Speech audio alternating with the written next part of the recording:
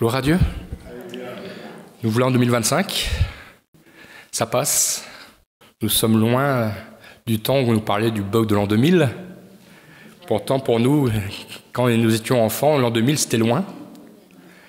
Mais aujourd'hui, nous sommes en 2025, déjà un quart de siècle passé. Et oui, le temps file. On se rapproche jour après jour du retour du Seigneur. Amen. Et c'est pas le fait de se rapprocher jour après jour du retour du Seigneur, c'est le fait de rester fidèle et de demeurer fidèle dans les voies de Dieu. Et d'être jusqu'au bout, lorsqu'il reviendra, être toujours fidèle. Amen.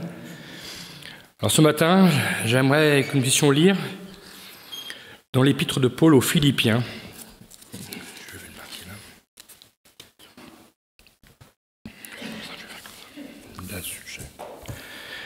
Et nous allons la lire en version Le Semeur. Voilà. Philippiens, nous lirons chapitre 1, versets 1 à 11. Et nous lisons. Paul et Timothée, serviteurs de Jésus-Christ, saluent tous ceux qui, par leur union à Jésus-Christ, sont membres du peuple saint et qui vivent à Philippe, ainsi que les dirigeants de l'Église et des diacres. Que la grâce et la paix vous soient accordées par Dieu notre Père et par le Seigneur Jésus-Christ. J'exprime à mon Dieu ma reconnaissance chaque fois que je pense à vous. Je prie pour vous tous en toute occasion, et c'est toujours avec joie que je le fais. Oui, je remercie Dieu pour votre solidarité qui, depuis le premier jour jusqu'à maintenant, a contribué à l'annonce de l'Évangile. Et j'en suis fermement persuadé. Celui qui a commencé en vous cette bonne œuvre la poursuivra jusqu'à son achèvement au jour de Jésus-Christ. Tels sont mes sentiments envers vous tous, et il est juste que je les éprouve. En effet, vous occupez une place particulière dans mon cœur, car vous prenez tous une part active à la grâce que Dieu m'accorde, aussi bien quand je suis enchaîné dans ma cellule que lorsque je défends l'Évangile et que je l'établis fermement. Oui, Dieu m'en est témoin, je vous aime tous de l'affection que vous porte Jésus-Christ. Et voici ce que je demande dans mes prières. C'est que votre amour gagne de plus en plus en pleine connaissance et en parfait discernement, pour que vous puissiez discerner ce qui est important. Ainsi, vous serez purs et irréprochables au jour de Christ, où vous paraîtrez devant lui chargés d'œuvres justes, ce fruit que Jésus-Christ aura produit en vous, à la gloire et à la louange de Dieu. Amen. On pourrait penser, lorsque nous voyons le commencement de cet épître, adressé par l'apôtre Paul, même si nous voyons au début qu'il est avec Timothée, mais je pense que c'est Paul qui écrit. Il écrit à l'église de Philippe, c'est comme s'il envoyait une carte de vœux. Dans ces mots, nous trouvons la reconnaissance, nous trouvons la joie, nous trouvons aussi l'amour qui montre aussi l'attachement de Paul pour l'église de Philippe. Nous voyons que Paul chérit cette église de Philippe. Il ne désire qu'une seule chose, c'est qu'il demeure fidèle jusqu'au jour glorieux que le Seigneur reviendra. Dans ces quelques versets, on y trouve aussi la prière, et je dirais c'est la prière qui vient du cœur, la prière qui vient du cœur de l'apôtre. Rappelez au verset 9 et 10, « Et voici ce que je demande de mes prières, c'est que votre amour gagne de plus en plus, en pleine connaissance et en parfait discernement, pour que vous puissiez discerner ce qui est important. » Jeudi soir, notre frère Rosé nous invitait à transformer nos souhaits en prières. C'est vrai qu'en ce début d'année, bon nombre de souhaits vont être échangés. Parfois par habitude, machinalement, par tradition. Il arrive qu'au milieu de tous ces souhaits, il y a ceux dans lesquels nous voudrions tant qu'ils se réalisent.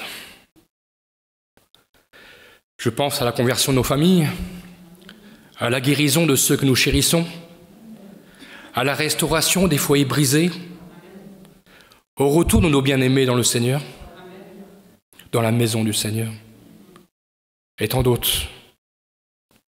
Nous avons tous au fond de notre cœur des fardeaux, et que nous voudrions tant que le Seigneur, cette année 2025, nous exauce notre prière. Nous croyons que notre Dieu exauce la prière. C'est pourquoi, la prière a plus de force qu'un souhait. C'est la concrétisation des fardeaux que nous portons dans notre cœur. Et je crois ici que la prière formulée dans la lettre de l'apôtre Paul, c'est un souhait qu'il a transformé en prière. Notre frère Rosé pourrait le dire. Il nous l'a dit jeudi soir. Pas sur le même passage, mais sur ce passage, il pourrait le dire également. Nous savons que chaque jour que Dieu nous prête vie, nous rapproche de son retour. Vous n'êtes pas sans savoir, vous qui connaissez la parole de Dieu, que les événements qui sont décrits dans la parole de Dieu se manifestent de plus en plus.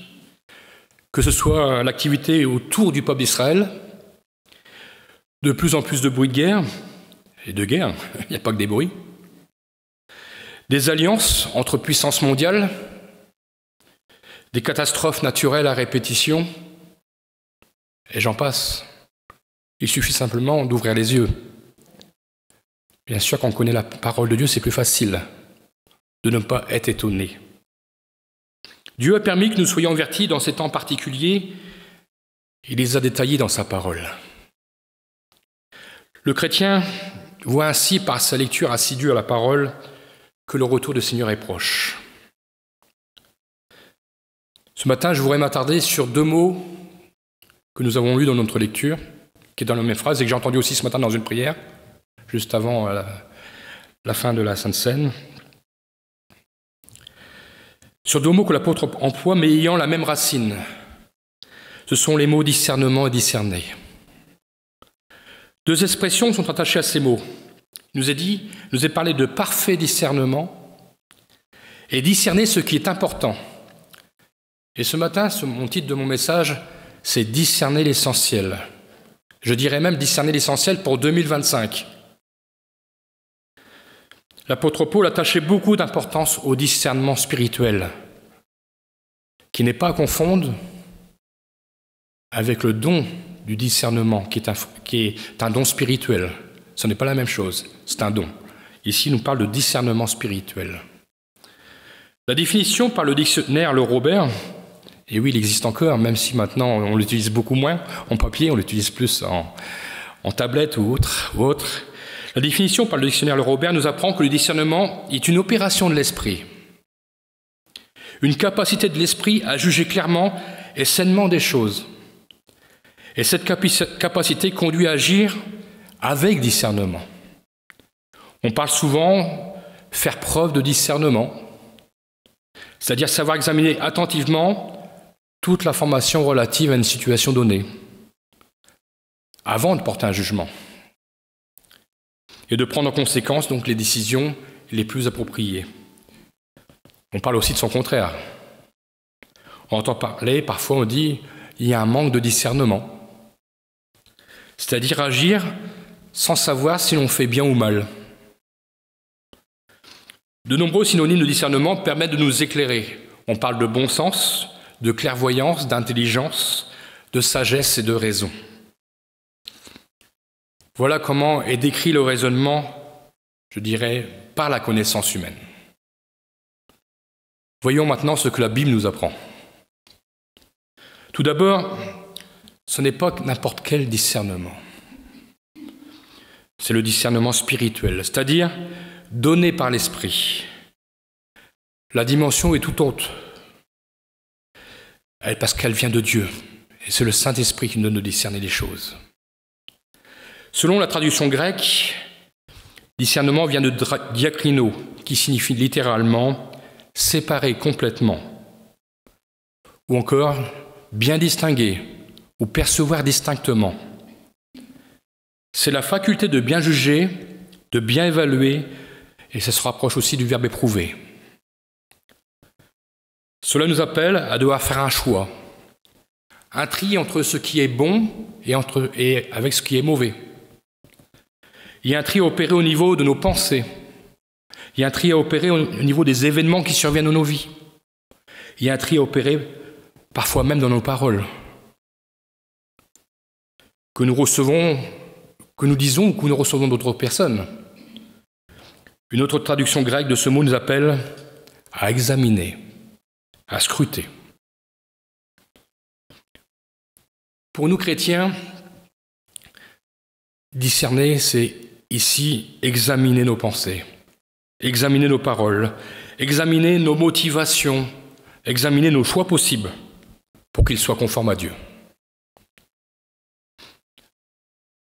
Et que nous puissions être conformes à sa parole et qu'ils soient conformes aux pensées de Dieu et à l'Esprit de Dieu. Pour l'apôtre Paul, notre discernement, nous l'avons lu, découlera de l'amour que nous portons pour Dieu. L'apôtre Paul dira que chaque jour votre amour gagne de plus en plus. C'est ainsi qu'il nous amène au discernement. Ça vient de l'amour. Plus nous aurons de l'amour pour notre Dieu, plus nous chercherons à faire ce qui lui plaît, et plus nous chercherons à faire ce qui est bien.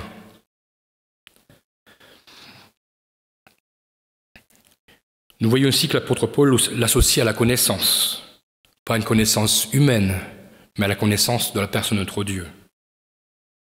Et bien souvent, si vous connaissez votre livre des Proverbes, où il nous est parlé longuement de la sagesse, le discernement comme la connaissance humaine, comme l'intelligence humaine, sont liés à la sagesse. Ce n'est pas sans raison que nous retrouvons dans le livre des Proverbes de nombreux passages où la connaissance donc, et la sagesse et le discernement sont liés. Proverbes chapitre 9, verset 10, je vais en citer quelques-uns. Et celui-là est intéressant notamment. La sagesse commence par la crainte de l'Éternel. Et la science des saints, c'est le discernement. Ici, il nous parle de crainte de l'Éternel. Lorsque nous cherchons Dieu et lorsque nous aimons Dieu, c'est automatiquement que nous avons le saint respect de la personne de Dieu et de ce qu'il représente pour nous. Et nous croyons que lorsque nous cherchons vraiment de faire ce qui plaît à Dieu, alors le Saint-Esprit nous éclaire. Il nous amène au discernement. Proverbe 23, 23, pas dur à retenir. Acquiert la vérité, la sagesse, l'instruction et le discernement, et ne t'en dessaisis pas. Ici, en ce verset, nous avons des conseils précieux qui sont laissés par son auteur. Il y en a bien d'autres que nous découvrirons au fil du message. Vous verrez, il y aura des psaumes et des proverbes qui nous donnent de nous attacher à ces choses. Déjà, il nous est dit « ne t'en dessaisis pas ». Revient à dire « c'est très important ». C'est primordial. C'est une nécessité. C'est essentiel. Nous voyons que dans ce proverbe, il y a un ordre établi. Acquiert en premier la vérité.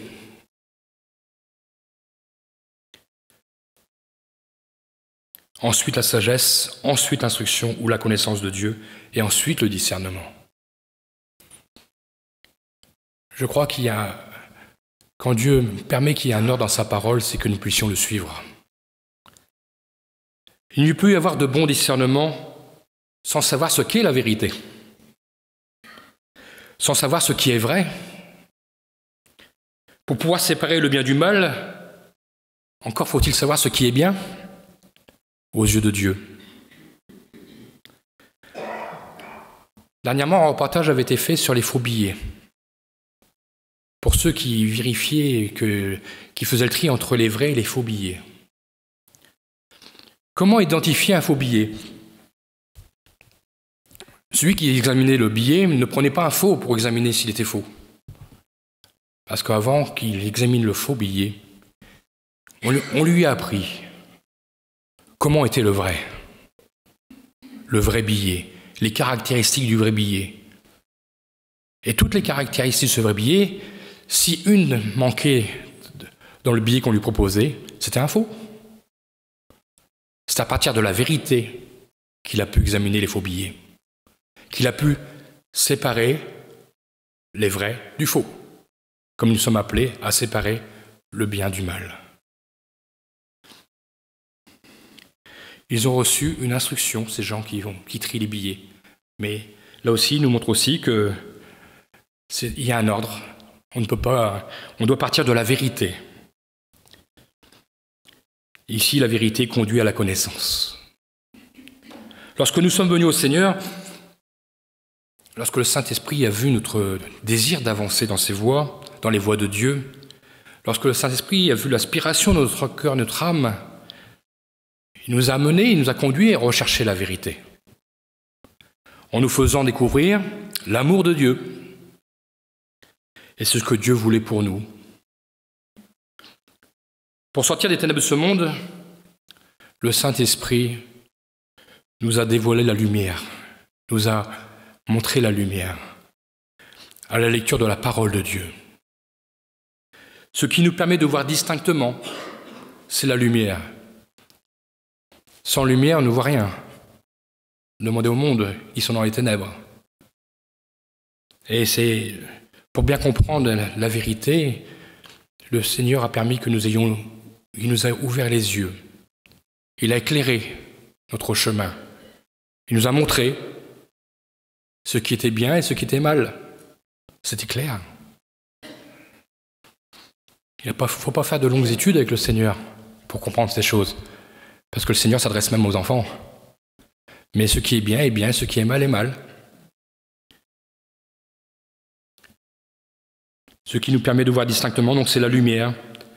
Et ce n'est pas un exercice occasionnel, c'est tous les jours que nous devons nous rapprocher de la parole de Dieu et nous placer à la lumière de sa parole. Dieu nous montre ce qui est encore ténèbre dans nos cœurs. Il peut y avoir des choses qui ne sont pas encore à sa gloire. Et il veut nous les montrer. Et il nous montre aussi qu'il y a ce besoin de séparation. C'est ce qu'on appelle la repentance. Faire demi-tour face aux ténèbres, face au péché qui encombre notre cœur. L'amour grandissant pour Dieu va nous conduire jour après jour à cette soif de vérité, à cette soif de connaissance et à cette soif de discernement. Le discernement, c'est une recherche permanente, constante. Il y aura toujours l'ennemi qui sera là, essayant de nous tromper. Il sera peut-être là nous dire « Mais non, ça, ce n'est pas mal ». Ou alors il nous dira « Est-ce qu'il est vraiment écrit ? Est-ce que Dieu a réellement dit ?» Vous savez, hein, le diable saisit toutes les occasions pour mettre le doute. La meilleure façon de répondre à l'ennemi de notre conscience, c'est de se mettre à la lumière de la vérité. Et ainsi, nous pourrons dire à l'ennemi, la Bible dit. Et l'ennemi s'éloignera de nous. L'ennemi cherchera toujours le compromis. Il ne peut y avoir d'alliance entre le mal et le bien. Noir c'est noir, blanc c'est blanc. Notre vie spirituelle n'a pas pour but de stagner, mais elle a pour but d'évoluer. Bien sûr, de l'avant. Comme un nouveau-né a besoin de lait avant de pouvoir ingurgiter la nourriture solide, la parole de Dieu nous le rappelle à travers le livre des Hébreux. L'auteur du livre des Hébreux fait des reproches aux Juifs. C'est ce que nous lisons dans Hébreux chapitre 5, versets 12 à 14. Voilà ce qu'il dira à ces Juifs réunis. En effet, après tout ce temps, vous devriez être des maîtres dans les choses de Dieu. Or, vous avez de nouveaux besoins qu'on vous enseigne les rudiments des paroles de Dieu. Vous en êtes venus au point d'avoir besoin non de nourriture solide, mais de lait. Celui qui continue à se nourrir de lait n'a aucune expérience de la parole qui enseigne ce qu'est la vie juste, car c'est encore un bébé. Les adultes, quant à eux, prennent de la nourriture solide. Par leur pratique, ils ont exercé leur faculté à distinguer ce qui est bien de ce qui est mal. Nous devons aspirer à avoir de la nourriture solide. Nous ne sommes plus des bébés spirituels. Et s'il y a des bébés spirituels, il y en aura toujours des bébés spirituels qui découvrent l'Évangile. Mais ils n'ont pas but de rester des bébés spirituels, comme un enfant n'a pas pour but de rester un enfant. Il grandit et il doit se mettre à la lecture de la parole, à la lumière de Dieu, et Dieu l'aidera dans sa marche à avoir le plein discernement. Est-ce que vous vous rappelez l'histoire du pharisien et du publicain ? Lequel avait le plus de discernement ? Ce n'était pas celui qu'on croyait, ce n'était pas le religieux. Celui qui s'est placé devant Dieu et qui se disait qu'il n'était pas comme le reste des hommes. Mais celui qui avait du discernement, c'était le publicain qui se frappait la poitrine, qui reconnaissait son état de pécheur, qu'il savait qu'il avait besoin de Dieu. Dieu a justifié le publicain, mais je crois que le pharisien est resté dans ses ténèbres. À la vue de tous, peut-être qu'il était très spirituel. Mais Dieu connaissait son cœur. On ne cache rien à Dieu. Parfois, ce n'est pas parce que nous récitons de longues prières que nous avons le plus de discernement. Parfois, les personnes me disent « on est bloqué parce que nous ne sait pas prier comme cela ». Mais ce n'est pas cela qui compte. Ce qui compte, c'est ce que nous disons à Dieu, simplement. Quelques mots suffisent pour glorifier Dieu. Si les paroles viennent du cœur, Dieu est attentif. Je ne sais pas comment ils priaient les premiers disciples. Ils n'avaient pas d'intelligence. C'était des pécheurs. D'autres étaient plus intelligents, celui qui s'occupait des impôts. Il en faut toujours des gens intelligents pour s'occuper des impôts. Mais il y avait toutes sortes de personnes qui travaillaient. Est-ce qu'ils avaient tous un langage éloquent? Il nous a dit que Pierre n'avait pas toujours la parole facile. Et je crois qu'il priait de tout son cœur. Est-ce que le Saint-Esprit est venu sur tous ceux qui avaient un langage éloquent? Le Saint-Esprit est venu sur tous. Amen. Parce que Dieu regarde au cœur et non pas à l'apparence. Vous savez, malheureusement, il y a des premiers, comme nous dit l'Écriture, qui seront les derniers, et les derniers qui seront les premiers. C'est Dieu qui décide de toutes choses. Nous plaçons-nous devant Dieu. Faisons comme ce publicain. Vaut mieux ressortir justifié que comme le pharisien malheureux. Il ne s'en est même pas rendu compte qu'il était malheureux, il a cru qu'il avait fait une bonne œuvre parmi d'autres, comme les religieux font aujourd'hui. Ils font des bonnes œuvres, ils se sentent justifiés, mais ça ne justifie en rien. C'est pour cela que nous devons veiller sur notre état spirituel. La parole de Dieu ne nous dit pas qu'à un certain moment, vous avez marché un certain temps, c'est bien maintenant, c'est acquis. Vous avez rempli les cases, vous avez validé votre marche. Alors ça ne marche pas comme ça avec Dieu. Mais il nous dit de continuer d'acquérir cette clairvoyance, montrant ce qui est bon et ce qui est mal. La Bible nous relate même que nous pouvons avoir du zèle pour Dieu, mais manquer de discernement. Romains chapitre 10, versets 2 à 4. Dans ce passage, car je leur rends ce témoignage, et ils ont un zèle ardent pour Dieu. On pourrait dire formidable, mais il leur manque le discernement. En méconnaissant la manière dont Dieu déclare les hommes justes et en cherchant à être déclarés justes par leurs propres moyens, ils ne se sont pas soumis à Dieu en acceptant le moyen par lequel il nous déclare justes. Car Christ a mis fin au régime de la loi pour tous ceux qui croient soient déclarés justes. Ils n'avaient pas fait l'expérience de la grâce. Ils étaient restés, ces religieux de Rome, cantonnés à la loi de Moïse. Bien sûr, la loi de Moïse est bien. Il faut aller plus loin. Il y a la grâce, la nouvelle alliance. Certainement, ces religieux faisaient de bonnes œuvres, mais tellement attachés à la loi de Moïse, ils ont refusé la lumière de Christ. Ils sont restés enténébrés. Ils ne pouvaient connaître le véritable discernement. Rappelez-vous d'Élie, le sacrificateur, qui a cru voir en Anne, la maman de Samuel, une personne ivre dans le temple. Il avait tout faux. Il n'avait pas le bon discernement. Parce qu'elle répandait son âme devant Dieu à pleurer, Anne. C'est pour ça que Dieu nous donne la capacité de juger correctement avec un bon discernement. Le discernement aussi nous amène à réfléchir. Parfois à ne pas ouvrir la bouche trop vite, de peur de dire des bêtises, mais à demander à Dieu son conseil, et à la lumière de sa parole, de pouvoir dire les paroles qui sont justes. Anne a été blessée par le sacrificateur Élie. Mais Dieu a fait grâce à Anne en lui donnant Samuel, qu'elle prêtera à l'Éternel pour toute sa vie. Et nous savons ce qu'est devenu Samuel. Mais Dieu a béni Anne parce qu'il lui a donné d'autres enfants. Elle a su discerner l'essentiel. Rappelez-vous de Marie de Béthanie. Elle est venue aux pieds de Jésus. Elle a répandu un parfum de grand prix. Alors les pharisiens qui étaient là, ils étaient horrifiés. Quel gâchis! ou même ceux qui étaient plus intelligents, qui avaient certainement un grand discernement, on aurait pu servir cet argent pour les pauvres. Mais elle avait du discernement, Marie de Béthanie. Le Seigneur leur fera comprendre que le Seigneur est avec eux pour un temps, et après il ne sera plus là. Mais en faisant cela, elle montrait son attachement au Seigneur. Elle avait discerné l'essentiel. Au pied de Jésus, non seulement elle a répandu le parfum, mais elle l'essuyait avec ses cheveux. Quelle image symbolique de l'humilité. Nous voyons quelques passages du psalmiste dans les psaumes, je dirais, qui se passent de commentaires lorsqu'il nous parle de la parole de Dieu. Et je dirais, le psalmiste, c'est son expérience qui parle.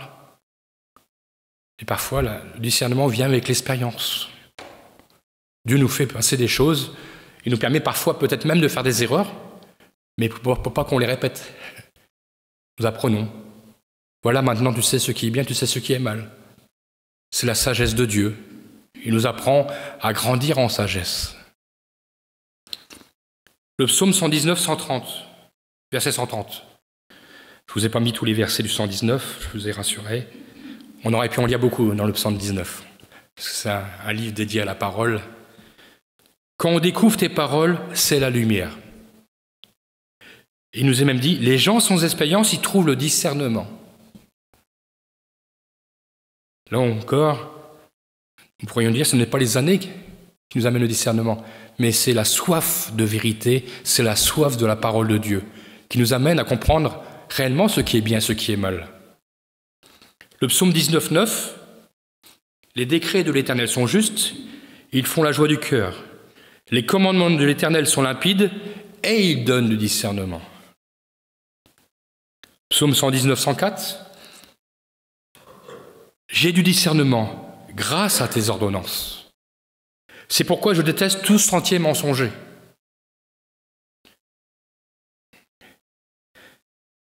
Il y a aussi ce proverbe qui nous place devant notre Père pour recevoir instruction. Dans ces chapitres des proverbes où il nous est parlé tellement de la sagesse. Proverbe chapitre 4, verset 1. Écoutez mes fils, l'instruction d'un père, soyez attentifs pour acquérir du discernement. Ici, il nous parle d'un enfant qui apprendra de l'expérience de son père, qui apprendra de la connaissance de son père, qui apprendra de la sagesse de son père. Et l'enfant vivra comme son père lui dit. Et en passant, j'ai lu une petite histoire hier, ça me revient. C'est un missionnaire qui arrive dans un pays, je ne sais plus où, c'est pas important. Et il arrive dans un pays où il découvre qu'une petite fille qui prie le Seigneur, petite fille à 8 ans.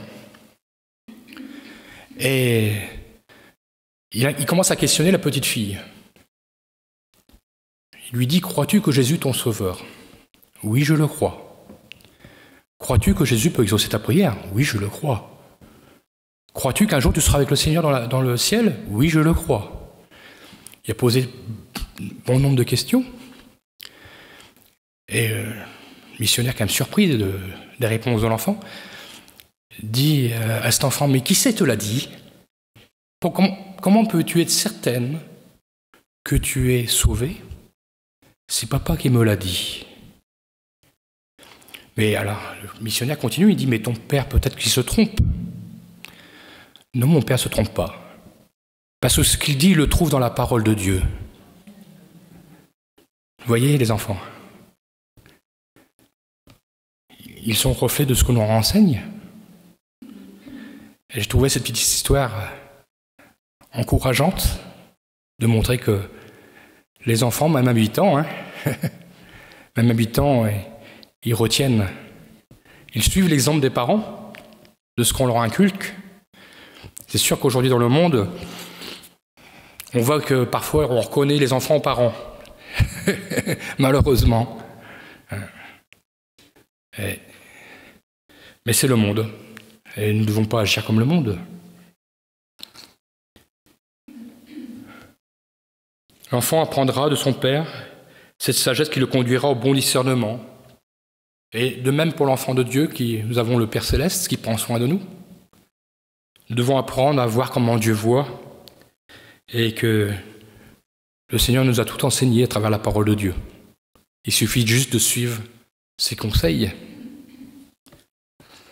L'apôtre Paul aux Romains, d'ailleurs nous l'avons lu ce matin en introduction avec Raphaël, les exhortait à ne pas prendre pour modèle le monde actuel. Ce monde qui nous entoure est obscurci à cause du péché. Le monde ne voit pas clairement, et ça je ne vous l'apprends pas. Là, l'apôtre Paul place les Romains devant la volonté de Dieu. Romains 12, 2, nous allons le relire. Ne prenez pas comme modèle le monde actuel, mais soyez transformés par le renouvellement de votre intelligence pour pouvoir discerner la volonté de Dieu. Ce qui est bon, ce qui lui plaît et ce qui est parfait. Est-ce que nous recherchons la volonté de Dieu? Est-ce que nous voulons faire ce qui plaît à Dieu? Est-ce que parfois nous n'imposons pas notre volonté à Dieu? Pour connaître la volonté de Dieu, il faut savoir être à l'écoute de Dieu. Il arrive que parfois Dieu nous parle et nous n'en prenons pas garde. Nous sommes tellement préoccupés par ce que nous voulons, par ce que nous désirons. Nous pouvons de bon sens. Nous pouvons aimer le Seigneur et vouloir, sans nous rendre compte, imposer notre volonté. C'est pourquoi le Seigneur nous appelle à rechercher la volonté de Dieu avant toute chose. La parole de Dieu nous parle. Sous l'inspiration du Saint-Esprit, la parole de Dieu, et je dirais la parole de Dieu associée à la prière, nous amènera à cette clairvoyance de voir la volonté de Dieu, de connaître la volonté de Dieu. Et le renouvellement de l'intelligence, nous le recevrons de la parole de Dieu. Si nous prions que Dieu nous fasse découvrir sa volonté, croyons-le, il va le faire. Car Dieu aime voir ses enfants le rechercher. De rechercher de savoir ce qui est bon, de rechercher de savoir ce qui plaît au Seigneur. Et nous le savons, la volonté de Dieu sera toujours parfaite. Dans cette activité de notre relation avec Dieu, nous verrons distinctement la volonté de Dieu. Nous la discernerons. Savons-nous véritablement ce que nous voulons? Est-ce qu'il est de notre essentiel de plaire totalement à Dieu? Ou est-ce qu'il n'y a pas encore parfois un peu de compromis à vouloir rechercher, à plaire aux hommes? L'apôtre Jean le dira dans 1 Jean chapitre 2, versets 15 à 17, c'est ce que nous allons lire, afin de ne pas nous laisser contaminer. N'aimez pas le monde, il n'y a rien de ce qui fait partie de ce monde. Si quelqu'un aime le monde, l'amour du Père pour le Père n'est pas en lui. C'est brutal, hein, mais c'est la vérité. En effet, tout ce qui fait partie du monde, les mauvais désirs qui animent l'homme, livrent à lui-même, la soif de posséder ce qui attire les regards et l'orgueil qui inspire les biens matériels, tout cela ne vient pas du Père mais du monde. Alors le monde passe avec tous ses attraits, mais celui qui accomplit la volonté de Dieu demeure éternellement. Amen.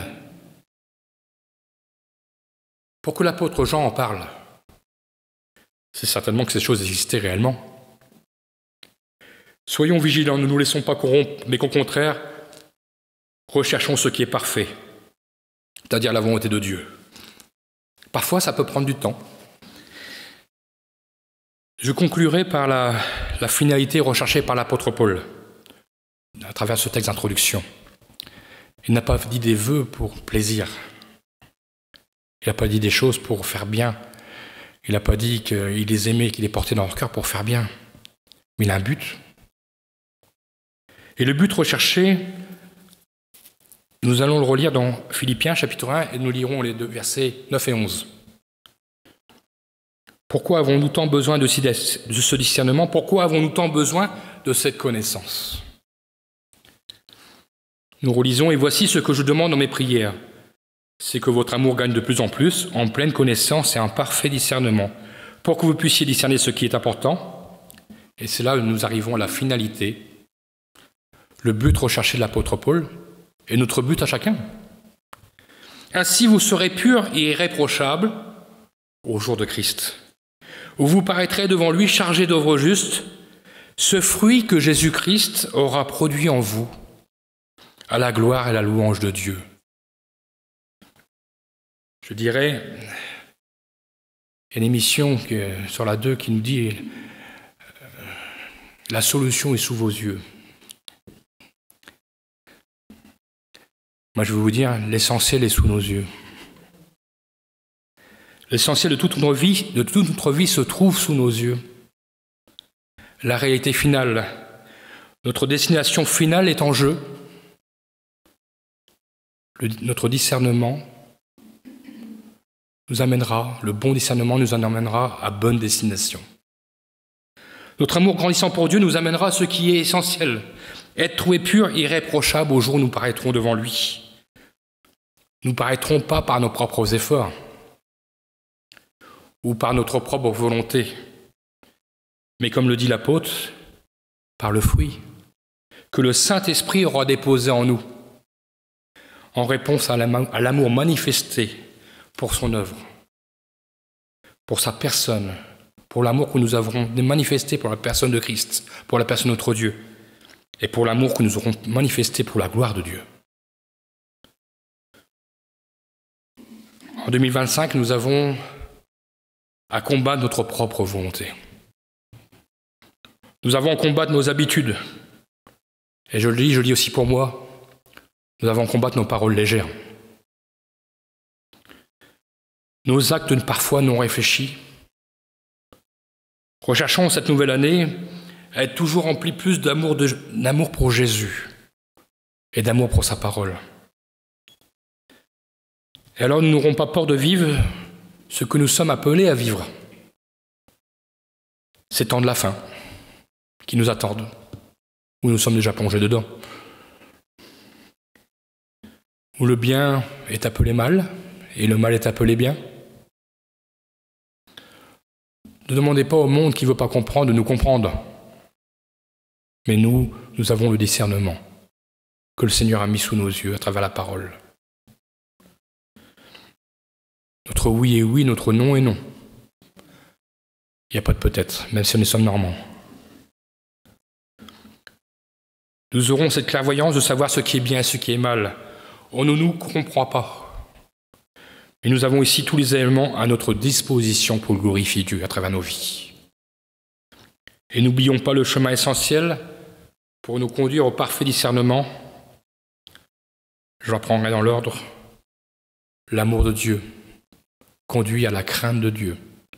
La crainte de Dieu développe la sagesse, la vérité, la connaissance ou l'instruction, et nous amène à la volonté de Dieu et au plein discernement, parfait discernement.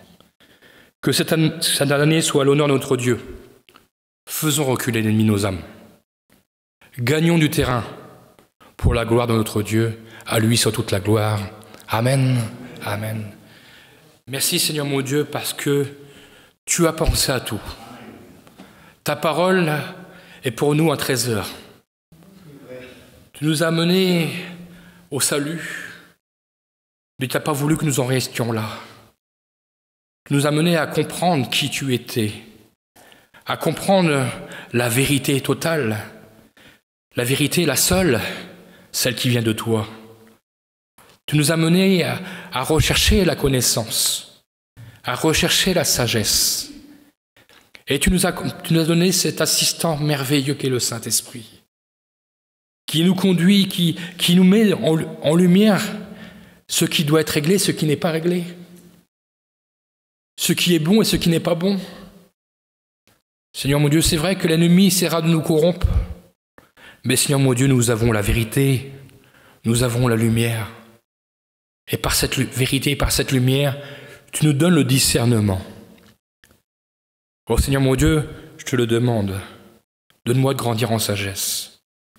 C'est vrai que parfois, il peut arriver que j'ai des paroles légères, répondre trop vite, avoir besoin de ce temps de réflexion, afin de ne pas blesser, mais aussi, Seigneur mon Dieu, afin de ne pas dire des choses qui seraient contraires à ta volonté. Ô Seigneur mon Dieu, tu connais nos cœurs, tu connais ce que nous désirons, tu vois aussi parfois notre bon sens, tu vois aussi notre cœur à vouloir bien faire. Et Seigneur mon Dieu, nous sommes à ton école et en 2025, nous voulons prendre des victoires. Nous voulons séparer le bien du mal. Et nous ne voulons pas avoir peur de le dire. Nous ne sommes pas là pour dire c'est pas grave, mais nous sommes là pour dire le péché est le péché, la vérité est la vérité. Et il n'y a pas de demi-mesure avec notre Dieu. Si nous voulons que les âmes soient sauvées, si nous voulons voir des miracles dans ton Église, au milieu de nous, si nous voulons voir des vies restaurées, si nous voulons voir des guérisons, nous devons pleinement recevoir ce bon discernement, le rechercher, et cela continuellement, constamment, parce que Seigneur, nous savons que nous sommes attaqués de toutes parts, mais nous avons ce solide fondement qu'est ta parole. Alors ce matin, Seigneur mon Dieu, je te prie pour ton Église, je te prie pour mes frères et sœurs, je te prie pour moi-même, afin de nous rendre vigilants, qu'en 2025, nous fassions reculer l'ennemi de nos âmes, qu'en 2025, nous soyons des conquérants à ta gloire, que nous travaillions pour l'avancement du royaume, que nous puissions travailler pour que le Seigneur revienne plus vite, que les âmes soient sauvées. Ô Seigneur mon Dieu, règne dans nos cœurs, et nous verrons ta gloire. À toi la gloire, mon Sauveur, mon Dieu, et merci pour ta parole.